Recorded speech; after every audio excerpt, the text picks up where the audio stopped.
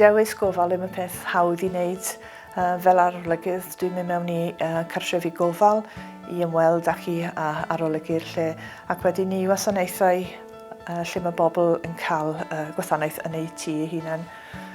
Dwi'n edrych i weld os nhw'n ddiogel, beth yw ansawdd bywyd yr unigolyn, ydyn nhw'n bodlon gyda'r gwasanaeth maen nhw'n gael. Dwi'n awgrymu i edrych ar ein gwefan ni a darllen yr adroddiadau arolygu ynglyn â'r gwasanaeth ydych chi wedi dewis. Chi ystyried pan ydych chi'n dewis gwasanaeth. Yn y lle gyntaf, mae'n bwysig i edrych ar ein gwefan ni, defnyddio'r gwefan i weld pa fath o ofal sydd ar gael.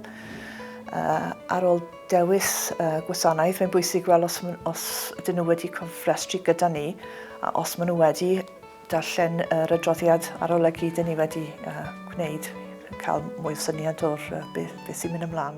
Os yn bosib, gofyn i siarad gyda'r rheolwr.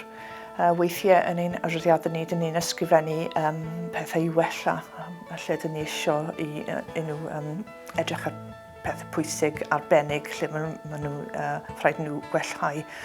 Allwch chi ystyried a trafod yna wedyn gyda'r rheolwr i weld beth maen nhw wedi wneud ynglyn â hwnna. Ydy'r lle yn lan, os aroglau anymunol o gwmpas, odi wedi addurno'n yn hyfryd, yn dymunol. Gofyn i weld ystafell wely nodweddiadol yn syniad da, a mae'n bwysig edrych i weld pa fath o fwyd mae'r bobl yn bwyta. Ydy'r bwydlen yn rhoi dewis i nhw, ydyn nhw'n cael dewis pryd i fwyta a ble i fwyta. Os gewch chi cyfle, rhywbeth arall pwysig yw siarad gyda'r bobl sy'n defnyddio'r gwasanaeth, perthnasau, a'r bobl sy'n gweithio yno i gael eu barn nhw ar y gofal sydd ar gael.